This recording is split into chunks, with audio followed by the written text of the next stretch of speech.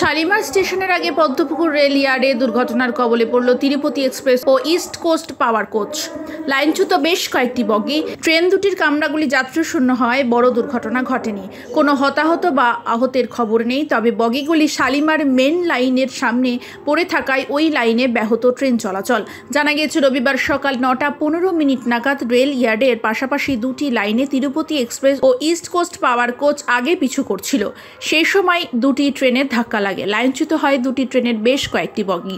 শালিমার স্টেশনের মেন লাইনের সামনে পড়ে রয়েছে কামরাগুলি, ফলে মেন লাইনে বন্ধ হয়ে যায় ট্রেন চলাচল। দুর্ঘটনার সময় 9:15 নাগাদ শালিমার থেকে ছাড়ে ধৌলি এক্সপ্রেস, পদ্মপুকুরের কাছে গিয়ে থেমে যায়। দীর্ঘক্ষণ সেখানেই দাঁড়িয়ে থাকে ট্রেনটি। পরে 12টা নাগাদ ট্রেনটিকে ফিরিয়ে আনা হয় শালিমার স্টেশনে। এদিকে শালিমার থেকে কোনো ট্রেন চলছিল না, এই স্টেশনগামী ট্রেন আসছিলও না।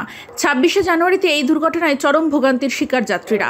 দক্ষিণ পূর্ব রেল ঘটনার কথা স্বীকার করে জানিয়েছেন, শালিমার লাইনে ট্রেন চলাচল বিঘ্নিত হয়েছে, তবে হাওড়া লাইনে পরিষেবা স্বাভাবিক রয়েছে।